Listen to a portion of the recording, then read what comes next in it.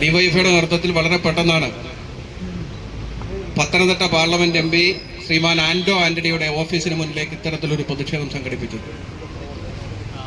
ഈ പ്രതിഷേധത്തിൽ ഡിവൈഎഫ്ഐ ഉയർത്തുന്നത് പത്തനംതിട്ട ജില്ലയ്ക്ക് അപമാനമായ ആന്റോ ആന്റണി രാജിവെക്കണം. ആന്റോ ആന്റണി തെരഞ്ഞെടുപ്പ് കാലത്ത് നടത്തിയിട്ടുള്ള പണമിടപാടുകൾ അന്വേഷിക്കണം. ശബരിമലയിലെ സ്വർണ്ണ കൊള്ളക്കാരുമായിട്ടുള്ള അവിഹിത ബന്ധം അന്വേഷിക്കണം.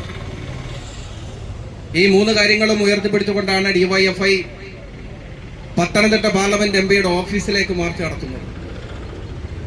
നമുക്കറിയാം, നമ്മുടെ ശബരിമലയുടെ സ്വർണം മോട്ടിച്ച കള്ളന്മാർ ബഹുമാനപ്പെട്ട ഹൈക്കോടതിയുടെ നിർദ്ദേശാനുസരണം ഇപ്പോൾ SIT അന്വേഷിച്ചുകൊണ്ടിരിക്കുകയാണ്.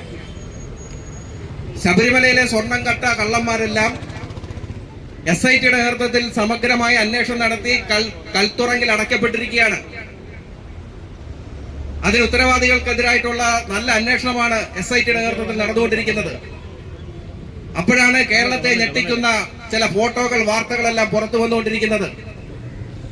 സ്വർണം കട്ട പോറ്റിയും സ്വർണ്ണ കള്ളക്കടത്തുകാരുമായി ആന്റോ ആന്റണി MPക്കും കേരളത്തിലെ UDFന്റെ കൺവീനറായ അടൂർ പ്രകാശിനും വലിയ ബന്ധങ്ങൾ വെളിപ്പെടുത്തുന്ന ഫോട്ടോകളും ചിത്രങ്ങളും പുറത്തു വന്നുകൊണ്ടേയിരിക്കുകയാണ്. ഇവിടെ പോറ്റിയുമായി വലിയ ബന്ധമാണ് ആന്റോ ആന്റണിക്കുള്ളത്, അടൂർ പ്രകാശിനുള്ളത്. ആ ബന്ധം തെളിയിക്കുന്ന, ബന്ധത്തിന്റെ ആഴം തെളിയിക്കുന്നതാണ് സോണിയാഗാന്ധിയുടെ സന്ദർശനം.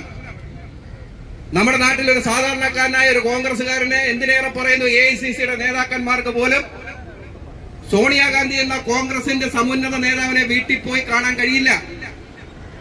ആഭ്യന്തര വകുപ്പിന്റെ ഏതാണ്ട് മാസങ്ങളോളം നീണ്ടു നിൽക്കുന്ന അന്വേഷണത്തിന് ശേഷം മാത്രമായിരിക്കും സാധാരണ ഒരാൾക്ക് സോണിയാഗാന്ധിയുടെ വീട്ടിൽ പ്രവേശനം കാണാൻ സാധിക്കുന്നത്.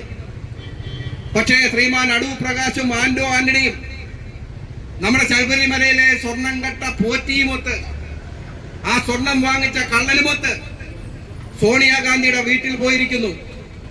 ഒരു തവണയല്ല, പലതവണ പോയിരിക്കുന്നു. സോണിയാഗാന്ധിക്ക് സ്വർണം സമ്മാനമായി കൊടുത്തിരിക്കുന്നു, ബ്രേസ്ലെറ്റ് സമ്മാനമായി കൊടുത്തിരിക്കുന്നു. നമ്മുടെ രാജ്യത്തെ കോൺഗ്രസിന്റെ ദേശീയ നേതാക്കന്മാർക്ക് കഴിയാത്തത് സ്വർണം കെട്ട കള്ളന്മാരുമായി രണ്ട് കോൺഗ്രസിന്റെ പ്രമുഖ നേതാവും ജനപ്രതിനിധികളും പോയിരിക്കുന്നു. എന്താണ് ഇവരുമായിട്ടുള്ള ബന്ധം എന്നത് സമഗ്രമായി അന്വേഷണം നടത്തണം.